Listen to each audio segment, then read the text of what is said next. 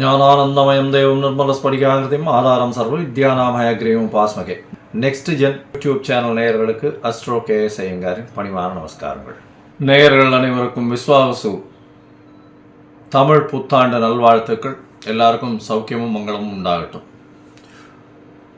April 14, 2025 13, 4, 2026 வரலும் உண்டான காலகட்டத்தை தமிழ் வருஷ பிறப்பு, தமிழ் வருடம் என்று சொல்கிறோம். அது தமிழ் மாதத்தின் மூலியமாக தமிழ் வருடம் விஸ்வாவசு வருஷம் பிறக்கிறது. இப்போது நம்மளுக்கு போன வருஷம்ன்றது பார்க்கும்போது குரோதி வருஷம்னு சொல்கிறது. இப்போ விஸ்வாவசு வருஷம். சரி, இந்த விஸ்வாவசு வருஷத்தில் என்னென்ன கிரகச்சாரங்கள், கிரக மாற்றங்கள் இருக்குது, இந்த வருஷம் பிறக்கும் பொழுது என்ன கிரக நிலைகள் இருக்குது, என்னென்ன கிரகங்கள் மாற்றங்கள் அமையிறது, பெரிய கிரகங்கள் வருட கிரகங்கள்னு சொல்லக்கூடிய சூரியன், அதாவது குரு, சனி, ராகு, கேது இவர்களுடைய மாற்றங்கள் என்ன, மாத கிரகங்கள்னு சொல்லக்கூடிய சூரியன், செவ்வாய், புதன், சுக்கிரன் இவா 4 பேரும் மாத கிரகங்கள்னு சொல்லக்கூடியது. சந்திரன் தினக்கோள், அதாவது 2.25 நாளைக்கு ஒரு ராசியிலிருந்து அடுத்த ராசிக்கு போகிறார். பொதுவாகவே பார்த்தீங்கன்னா இந்த வருடம் பிறக்கும் பொழுது தமிழ் வருடத்தின் ராஜா அப்படின்னு குறிப்பிடக்கூடியவர் பங்குனி மாதத்தின் அமாவாசை வரக்கூடிய நாளின் அடுத்த நாள், அதாவது இந்த தெலுங்கு வருடம் யுகாதி இருக்கு இல்லையா, யுகாதி வருஷம் பிறக்கிறது இல்லையா, யுகாதி தெலுங்கு வருடம் பிறக்கக்கூடிய நாளை அந்த நாளின் ராஜா, அந்த நாளின் நாயகன் யாரோ, அதாவது கிரகம் எதுவோ அதுவே இந்த புது வருஷத்தின் ராஜாவாக எடுத்துக்கொள்ளப்படுறது. அதனால் இந்த வருஷம் பார்த்தேன்னா சூரியன் ராஜாவாகவும் அவரே சேனாதிபதியாகவும் அவரே அர்க்காதிபதியாகவும் வரார். இதை தவிர பார்த்தேன்னா அதாவது சந்திரன் மந்திரியாக இருக்கார். அது எப்படி சந்திரன் வரார் அப்படின்னா, இந்த வருஷம் விஸ்வாவசு வருஷம் பிறக்கிறது இந்த திங்கட்கிழமை, அதனால் சந்திரன். அதே மாதிரி பார்த்தேனால் ஆவணி மாதம் சேனாதிபதி எப்படி டிசைட் பண்ணுறது அப்படின்னா, சேனாதிபதினு சொல்லக்கூடியது ஆவணி மாதம் வரக்கூடிய முதல் நாளை சேனாதிபதியும், ஆடி மாதம் அப்படின்னு சொல்லக்கூடியது சஸ்யாதிபதியும். இதெல்லாம் எதுக்கு முக்கியம் அப்படின்னா, சஸ்யாதிபதி அப்படின்னா இந்த விளைச்சல் எப்படி இருக்கும் அப்படின்னு சொல்லக்கூடியது. சேனாதிபதியை எதுக்கு சொல்கிறோம் அப்படின்னா, இந்த இராணுவங்கள், அதை தவிர தளவாடங்கள், அதை தவிர நம்முடைய பாதுகாப்பு, இதை ஆளக்கூடியவர் யார் அப்படின்னா சூரியனாக இருப்பார் இந்த வருஷம். அதனால் என்ன ஆகும் அப்படின்னா, இந்தியாவினுடைய பொதுவாகவே இந்த லா அண்ட் ஆர்டர் ரொம்ப ஸ்ட்ராங்காக இருக்கும். மிகவும் கடுமையான சட்டங்கள் பாயக்கூடிய காலகட்டமாக இருக்கும். ஏன்னா சூரியனே ராஜாவாக இருக்கார். அதை தவிர வரிகள் கொஞ்சம் அதிகமாக இருக்கும், விலைவாசி கொஞ்சம் அதிகமாக போகக்கூடிய வாய்ப்புகள் நிச்சயமாக உண்டு. இதை தவிர பார்த்தேனால் இந்த செவ்வாய் உங்களுக்கு அதாவது இந்த வருஷம் தனாதிபதினு சொல்லக்கூடியவர் செவ்வாய். தனாதிபதி அதாவது தானியாதிபதினு சொல்லக்கூடியவர் செவ்வாய். தானியங்கள்லாம் விளைவிக்கிறதுக்கு செவ்வாய்ன்றதுனால நெருப்பின் மூலியமாக தானியங்கள் அதாவது லாஸ் ஆகக்கூடிய வாய்ப்புகள் மிகவும் அதிகமாகும். அதை தவிர தானியங்களுடைய ஸ்கேர்சிட்டி கொஞ்சம் அதிகமாக இருக்கும். அதாவது தானியங்கள் கிடைக்கிறதுல கம்மியாக இருக்கும். அதன் மூலியமாக விலைவாசிகள் ஏறக்கூடிய வாய்ப்புகள் மிகவும் அதிகம். தங்கம் விலை ஏறக்கூடிய வாய்ப்புகள் நிச்சயமாக உண்டு. தங்கம் அதிக உச்சம் தொடக்கூடிய வாய்ப்புகள் மிகவும் அதிகம் இந்த வருஷம் பார்த்தாலேயானால். இது ஏன்னா குரு பகவான் 3ஆம் இடத்துல போகிறார். அது அவருடைய வீட்டையே வேறு 9ஆம் இடத்த பாக்கியஸ்தானத்தையும் பார்க்குறார். அதனால் தங்கத்தின் விலை அதிகமாக போகக்கூடிய வாய்ப்புகள் நிச்சயமாக இருக்கும். அதை தவிர பார்த்தேனால் இந்த வருஷம் மழை கொஞ்சம் அதிகமாகவே இருக்கும். ஆனால் தேவையான அளவிற்கு மேல் பெய்யும், தேவையான இடத்தில் பெய்யாமல் போகும். தேவையான இடத்தில் பெய்யாமல் போகும்னா நகரங்களில் கொஞ்சம் அதிகமாக பெய்யக்கூடியதாக இருக்கும். இதன் மூலியமாக இந்த வெள்ளம் வர்றது, அந்த மாதிரியான பிரச்சனைகள் கொஞ்சம் அதிகமாகவே இருக்கும். அதனால் தண்ணீர் பற்றாக்குறை சற்று இருக்கக்கூடிய காலகட்டமாகவே அமையும். சரி, மொத்தத்தில் இந்த வருஷத்தில் பார்த்தேன்னா சூரியனுடைய கட்டுப்பாட்டில் எல்லா விஷயங்களும் வர்றதுனால நாட்டை ஆளக்கூடியவர்களுக்கு நல்ல ஒரு ஏற்றமான காலகட்டமாக இருக்கும். இருந்தாலும் கடுமையான சட்டங்கள் கொஞ்சம் அதிகமாக வரக்கூடிய வாய்ப்புகள் நிச்சயமாக உண்டு. சனியும் ஆட்சியில் போயிருக்கார். இந்த வாட்டி கும்பத்திலேயே போய் ஆட்சியில் இருக்கிறது, மூலத்திரிகோண வீட்டில் இருக்கிறதுனால தொழிலாளர்களுக்கு மிகவும் கடினமான காலகட்டமாக இந்த வருஷம் அமைய போகிறது. பண பற்றாக்குறை கொஞ்சம் அதிகமாகவே இருக்கும். தொழிலாளர்கள் மத்தியில் பண வரத்து அதிகமாக இருக்காது. ஃப்ரீ ஃப்ளோ ஆஃப் மணி இருக்கிறதுக்கு வாய்ப்புகள் மிகவும் கம்மி. வியாபாரிகளுக்கு சற்று பின்னடைவு இருக்கும். ஏன்னா இந்த வருஷம் பிறக்கும் பொழுதே புதன் 12ஆம் இடத்துல நீச்சப்பட்டு போகிறார். விரயங்கள் வியாபாரிகளுக்கு கொஞ்சம் அதிகமாகவே இருக்கும். லாஸஸ் கொஞ்சம் அதிகமாக இருக்கக்கூடிய வாய்ப்புகள் நிச்சயமாக உண்டு. இருந்தாலும் நீச்ச பங்கம் அடைகிறார். அதாவது இதை விட்டு வெளியில் போகிறதுனால நல்ல ஏற்றங்கள் கிடைக்கக்கூடிய காலகட்டமாகவும் அமையும். வியாபாரத்தின் மூலியமாக இந்த ஷேர் மார்க்கெட் இண்டிசஸ்லாம் பார்த்தீங்கன்னா, ஷேர் மார்க்கெட் இண்டிசஸ்லாம் உள்நாட்டு உற்பத்தி வெளியில் போய் அது ஒரு பெரிய ஏற்றத்தை கொடுக்கும். இம்போர்ட் எக்ஸ்போர்ட் பிஸ்னஸ் ஒரு பெரிய மாற்றம், பெரிய உச்சத்தை தொடக்கூடிய வாய்ப்புகள் நிச்சயமாக உண்டு. மொத்தத்தில் பார்த்தோம்னா இந்த வருஷம் பெரிய ஏற்றம் நல்லபடியாக இருக்கும். பெண்களுக்கு மிகவும் ஏற்றமான வருஷம். பெண்கள் நல்ல எல்லா இடத்துலையும் ஒரு ஐகானிக் ப்ரெசன்டேஷன் இருப்பாங்க. ஏன்னா சுக்கிரன் உச்சம் பெற்று போயிருக்கக்கூடிய காலகட்டத்தில் இந்த வருஷம் பிறகுறது அது ஒரு பெரிய ஏற்றம். பரிவர்த்தனை யோகத்திலையும் பிறகுறது, அதாவது குருவின் பரிவர்த்தனையும் இருக்குது. அதனால் பணம், பெண்களின் கையில் பணம் ரொம்ப அதிகமாக இதுவாகும். அதாவது அதே மாதிரி இந்த களியாட்டங்கள்னு சொல்லக்கூடிய இந்த கிளாமர் இண்டஸ்ட்ரியில் கொஞ்சம் அதிகமாக செலவுகள் அதிகமாக இருக்கும். ஃப்ளாஷி இண்டஸ்ட்ரியில் கொஞ்சம் அதிகமாக இருக்கும். அது தவிர போதை வஸ்துக்கள், அது தவிர இந்த மதுபானங்கள் இதெல்லாம் அதிகமான விலை ஏறக்கூடிய, அதிகமாக கன்சியூம் பண்ணக்கூடிய வாய்ப்புகள் மிகவும் அதிகமாக இருக்கும். சரி, இந்த வருஷத்தினுடைய மாற்றங்கள் என்னென்ன அப்படின்றத பார்ப்போம். இந்த வருஷம் பிறக்கும் பொழுது பார்த்தோம்னா சூரியன், அதாவது சித்திர மாதம் அப்படின்றதுனால சூரியன் உச்சம் பெற்று மேஷத்தில் மேஷ ராசியில் இருக்க. காலபுருஷ தத்துவத்தின் 2ஆம் ராசியில் குரு, 4ஆம் ராசியில் அதாவது கடகத்தில் செவ்வாய் நீச்சப்பட்டும், கேது 6ஆம் இடத்திலும், சனி ஆட்சி மூலத்திரிகோணத்தோடு கும்பத்திலையும், அது தவிர ராகு, புதன், சுக்கிரன் இந்த 3 கிரகங்கள் மீனத்திலையும் இருக்குது. இந்த வருஷம் ஆரம்பிக்கும் பொழுது இந்த வருஷத்தின் வரக்கூடிய பயிற்சிகள்னு பார்த்தோம்னா, முதல்ல வரக்கூடிய பயிற்சி அப்படின்னா 26/4/2025 அன்னைக்கு ராகு கேது பெயர்றார். வாக்கிய பஞ்சாங்கம் பிரகாரம் ராகு பகவான் மீனத்திலிருந்து கும்பத்திலும், கேது கன்னியிலிருந்து சிம்மத்திலையும் வரார். இந்த வருஷம் பார்த்தாலேயானால் குரு பெயர்ச்சி வருது. குரு 11/5/2025 குரு தன்னுடைய ரிஷப ராசியிலிருந்து மிதுன ராசிக்கு போகிறார். அதாவது அவர் பரிவர்த்தனை யோகத்தில் இருந்தார். ரிஷப ராசியிலிருந்து மிதுன ராசிக்கு போகிறார் குரு.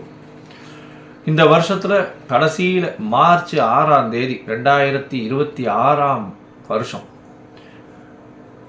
அப்போ சனியினுடைய மாற்றம் இருக்குது. சனி வாக்கிய பஞ்சாங்க பிரகாரம் 6/3/2026 அன்னைக்கு தான் மாறுறார். கும்பத்திலிருந்து மீனத்துக்கு போகிறார். இதுதான் இந்த வருஷத்தினுடைய வருட கிரகங்கள்னு சொல்லக்கூடிய குரு, ராகு, கேது, சனியினுடைய மாற்றங்கள். சரி, இந்த மாற்றங்கள் என்னென்ன ஏற்றங்களையும் இறக்கங்களையும் கொடுக்கும்?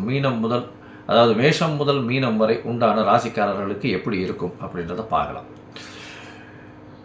இதுக்கு நடுவில் என்னுடைய மொபைல் நம்பர் ஸ்க்ராலிங்கில் வந்துட்டுருக்கும். உங்களுக்கு அஸ்ட்ராலாஜிக்கல் கன்சல்ட் தேவைப்பட்டதுன்னா நீங்கள் எனக்கு ஃபோன் பண்ணுங்க. உங்களுக்கு உண்டான அப்பாயின்மெண்ட்டை தரேன். உங்களுடைய date, time, place of birth, உங்களுடைய பெயர், தாய் தகப்பனார் பெயர் அனுப்பிச்சி வைங்க. என்னுடைய கட்டணம் என்னென்னு போடுறேன். அதுக்கப்புறம் உங்களுக்கு அப்பாயின்மெண்ட் தரேன். உங்களுடைய அப்பாயின்மெண்ட்டை போடும்போது உங்களுடைய ஹாரஸ்கோப் போடுவோம். ஹாரஸ்கோப்பில் சந்தி இருக்கான்னு முதல்ல பார்க்கணும். ஏன்னா நட்சத்திர சந்தி, பாத சந்தி, அது தவிர லக்ன சந்தி இதெல்லாம் இருந்ததுன்னா இந்த காலகட்டத்தில் நன்னா இருக்குதுன்னு நினச்சின்னு இருப்போம். ஆனால் நன்னா இருக்காது.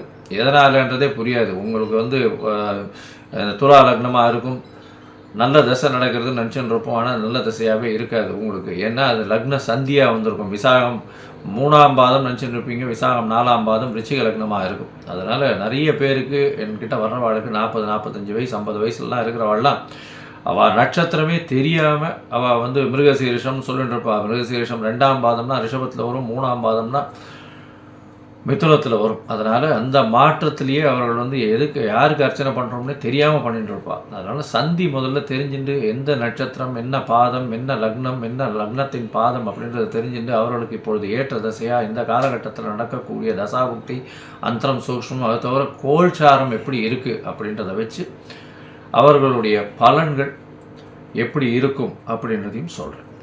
சரி, இப்போ மேஷம் முதல் மீனம் வரை விஸ்வாசு வருஷம் 2025-26 ஏப்ரல் 14 முதல் 2025 ஏப்ரல் 13 வரை 2026 வரையிலும் உண்டான பலன்கள் ஒன்றொன்னா பார்க்கலாம். மிதுனம், மிருகசீரிஷம், திருவாதிரை, புனர்பூசம் இந்த 3 நட்சத்திரம் 9 பாதங்களை கொண்ட ராசி. ராசியின் அதிபதி அப்படின்னு சொல்லக்கூடியவர் புதன். இந்த வருஷம் பிறக்கும் பொழுது புதன் நீச்சப்பட்டாலும் நீச்ச பங்கம் அடைகிறார். அதனால் ஒரு பெரிய விசேஷம். அதாவது மறைந்த வழியிலிருந்து ஒரு பெரிய ஏற்றம் கிடைக்கக்கூடிய வாய்ப்புகள் உண்டு. அதை தவிர பார்த்தீங்கன்னா புதன் மாத கிரகம் அப்படின்றதுனால பொதுவாகவே இந்த வருஷ பலன்களை வருட கிரகங்களை வச்சு சொல்லுவோம். குரு, சனி, ராகு, கேத்துவனுடைய மாற்றங்களை வச்சு சொல்லுவோம். இந்த வருஷம் பார்த்தடையானால் விஸ்வாவச வருஷம் 14/4/2025 13/4/2026 வரலும் உண்டான காலகட்டத்தில் விஸ்வாவச வருஷம்னு சொல்கிறோம். இந்த வருஷத்தில் உங்களுடைய ராசிக்கு பார்த்தோம்னா குரு வரர். 12ஆம் இடத்துல இருக்கக்கூடிய குரு உங்களுடைய ராசியிலேயே உட்கார்றார். என்ன சார் இது இவ்வளோ நாளாக அஷ்டமத்து சனி நீங்கள் போன வருஷம்லாம் சனி வக்கரம் இதாகிட்டார், பிரச்சனையாக இருக்குன்னு நீங்கள் எல்லா விஷயங்களையும் சொல்லிட்டு திருப்பியும் ஜென்ம குருன்னு சொல்கிறீங்க. ஜென்ம குரு வனத்திலேன்னு சொல்லுவாங்களே சார் அப்படின்னா கவலைப்பட தேவையில்லை. குரு பகவான் உங்களுடைய ராசியில் உட்கார்றதன் மூலியமாக நல்ல ஒரு ஏற்றம் கிடைக்கக்கூடிய காலகட்டமாக அமையப்போகுது. அவருடைய பார்வை குரு உட்கார்ற இடத்தோட அவருடைய பார்வை மிகப்பெரிய ஏற்றத்தை கொடுக்கும். உங்களுடைய ராசிக்கு பார்த்தலையானால் குரு உட்கார்றதுனால உங்களுடைய வேலை, உங்களுடைய மென்டல் ஸ்ட்ரெஸ் அதிகமானாலும் எல்லாவற்றிலும் வெற்றி கிடைக்கக்கூடிய வாய்ப்புகள் நிச்சயமாக உண்டு. எல்லா விதமான வேலைகளையும் எடுத்து செய்யக்கூடிய வாய்ப்புகள் நிச்சயமாக கிடைக்கும். திருமண பாக்கியம் அமையக்கூடிய காலகட்டமாக அமையப்போகிறது. குருவின் பார்வை உங்களுக்கு சப்தமத்தில் உணர்ந்து பெரிய ஏற்றம். இவ்வளோ திருமணத்திற்கு தடையாக இருந்த காலகட்டமாக இருந்திருக்கும். இப்போ திருமண பாக்கியம் ஏற்படக்கூடிய வாய்ப்புகள் நிச்சயமாக உண்டு. உங்களுடைய ராசிக்கு பார்த்தீங்கன்னா 5ஆம் இடத்தை குரு பார்க்குறாரு. அதனால் குழந்தை பிராப்தி ஏற்படும். இவ்வளோ நாளாக குழந்தை பாக்கியம் இல்லாத மிதுன ராசிக்காரர்களுக்கு குழந்தை பிராப்தி ஏற்படக்கூடிய பாக்கியம் இந்த வருஷத்தில் விஸ்வாவசு வருஷத்தில் கண்டிப்பாக அவர்களுக்கு குழந்தை பாக்கியம் ஏற்படக்கூடிய காலகட்டமாக அமையப்போகிறது. இதன் மூலியமாக அவர்களுக்கு ஒரு பெரிய பாக்கியம் கிடைக்கக்கூடிய காலகட்டம். ஏன்னா குழல் இணைந்து யார் இணைந்து என்ப தம் மக்கள் மழலைச்சல் குயலாதோர் அப்படின்னு சொல்லக்கூடிய வள்ளுவனின் வாக்கு பிரகாரம் இப்போது தன்னோட குழந்தைகளை பார்க்கக்கூடிய வாய்ப்பு, குழந்தை பிராப்தி ஏற்படக்கூடிய வாய்ப்புகள் உண்டு. ராசிக்கு பார்த்தேன்னா உங்களுடைய ராசிக்கு 9ஆம் இடம் வலுப்பெற்று போகிறது. சனியும் ராகுவும் சேர்ந்திருக்கா. இந்த வருஷம் பார்த்தேன்னா 10ஆம் இடத்துல இருக்கக்கூடிய ராகு உங்களுடைய ராசிக்கு 9ஆம் இடத்துலையும் கேது 3ஆம் இடத்துலையும் வரும். இவ்வளவு நாளாக உங்களுடைய சுகங்கள் ரொம்ப கெட்டு போயிருக்கும். தாயின் உடல்நிலையில் பின்னடைவு இருந்திருக்கும். ஆனால் இப்போ பார்த்தோம்னா தாயின் உடல்நிலையில் நல்ல ஒரு ஏற்றம் இருக்கக்கூடிய காலகட்டம். சுகங்கள் அதிகமாக வரக்கூடிய காலகட்டம். புதிய வீடு கட்டக்கூடிய வாய்ப்புகள் நிச்சயமாக உண்டு. படிக்கக்கூடிய மாணவர்களுக்கு நல்ல ஒரு ஏற்றம் இருக்கும். கேது 3ஆம் இடத்தில் இருக்கிறதுனால புதிய முயற்சிகள் நல்லபடியாக இருக்கும். இளைய சகோதரர்களோடு சிறு சிறு மனக்கசப்புகள் இருந்தாலும் நல்ல ஒரு ஏற்றம் கிடைக்கக்கூடிய காலகட்டம்.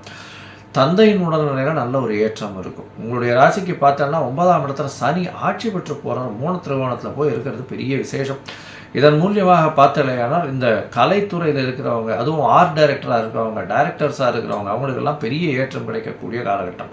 கம்யூனிகேஷன் இன்ஜினியர்ஸு, அது தவிர ஏரோநாட்டிக்ஸ் இன்ஜினியர்ஸு, ஏரோநாட்டிக்கல் இன்ஜினியர்ஸு, அது தவிர பைலட்ஸு, அது தவிர கவிஞர்கள், கட்டுரை எழுதுகிறவங்க, இவங்களுக்கெல்லாம் பெரிய ஏற்றம் கிடைக்கக்கூடிய வருஷமாக இந்த வருஷம் அமைய போகிறது. இந்த வருஷத்தில் பார்த்தோம்னா உங்களுடைய ராசிக்கு 9ஆம் இடத்துல ராகு இருக்கிறதுனால கண்டிப்பாக தந்தையை விட்டு பிரிந்து வெளிநாடு போய் இருக்கக்கூடிய பாக்கியம் நிச்சயமாக கிடைக்கும். அது என்ன சார், அது தந்தையை விட்டு பிரிந்துன்னா ராகு எப்போவுமே உயிர்காரகத்தை கெடுத்து பொருள்காரகத்தை அதிகப்படுத்துவார். அதனால் உயிர்காரகம்னு சொல்லக்கூடியது 9ஆம் இடத்தை சொல்லக்கூடியது தந்தையினுடைய காரகம். அதனால் தந்தையை விட்டு பிரிந்து இருக்க வேண்டிய காரகத்தை கண்டிப்பாக கொடுத்துருவார். அதனால் தந்தையை விட்டு படிக்கக்கூடிய மாணவர்களுக்கு வெளிநாடு போய் படிக்கணும்னு நினச்சிட்டு இருக்கவர்களுக்கெல்லாம் கண்டிப்பாக வெளிநாட்டு யோகம் உண்டு. வெளிநாட்டில் போய் படிக்கக்கூடிய யோகம், நினைத்த கோர்ஸ் அவங்களுக்கு கிடைக்கும். போஸ்ட் கிராஜுவேஷன் படிக்கணும்னு நினைக்கிறவர்களுக்கெல்லாம் கண்டிப்பாக வெளிநாடு போய் அவங்க நினச்ச யூனிவர்சிட்டியில் நிச்சயமாக பிளேஸ்மெண்ட் கிடைக்கும். பிளேஸ்மெண்ட் இந்த சென்ஸ் அவங்களுக்கு அந்த யூனிவர்சிட்டியில் அட்மிஷன் கிடைக்கும். இதன் மூலியமாக வெளிநாடு போய் வரக்கூடிய பாக்கியம் நிச்சயமாக இருக்கும். இதன் மூலியமாக அவங்களுக்கு மிகுந்த மன அழுத்தம், உடல் உழைப்பு இதெல்லாம் அதிகமாக இருக்கக்கூடிய காலகட்டமாக இருக்கும். படிக்கக்கூடிய மாணவர்களுக்கு பெரிய ஏற்றம். புதிய வீடு, மனை அமையக்கூடிய வாய்ப்புகள் உண்டு. உங்களுக்கு புதிய பதவி, புகழ் எல்லாம் வரக்கூடிய காலகட்டமாக அமையாது. உங்களுடைய ராசிக்கு 9ஆம் இடத்துல சனி ஆட்சி பெற்றிருக்கார். இந்த வருஷ கடைசியில், விஸ்வாவசு வருஷ கடைசியில் தான், அதாவது மாசி மாதத்தில் தான் அவர் வந்து மாறுறார். மாசி மாதத்தில் மாறுறார். அதாவது மார்ச் 6ஆம் தேதி 2026 தான் வந்து சனி பகவான் மாறுறார். அதனால் இந்த வருஷத்தினுடைய கடைசி வரலும் சனி வந்து 9ஆம் இடத்துலேயே இருக்கிறதா வச்சுக்கலாம். ஆட்சி பெற்ற கும்ப சனி. அதனால் தந்தையினுடைய உதவி உங்களுக்கு நிச்சயமாக இருக்கும். எந்த ஒரு விஷயத்திலையும், வியாபாரத்திலையும் நல்ல ஒரு ஏற்றம் இருக்கும். புதிய வியாபாரம் பண்ணக்கூடிய வாய்ப்புகள் உண்டு. வியாபாரத்தில் பெரிய ஏற்றம் இருக்கக்கூடிய காலகட்டமாக அமைய போகிறது.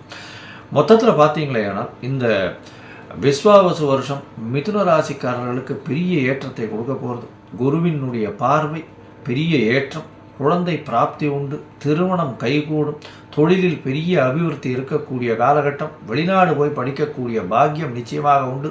தந்தையின் உடல்நிலையில் நல்ல ஒரு ஏற்றம், தாயின் உடல்நிலையில் நல்ல ஒரு ஏற்றம் இருக்கும். உங்களுடைய உடல்நிலையில் நல்ல ஒரு ஏற்றம் இருக்கக்கூடிய காலகட்டமாக அமையும்.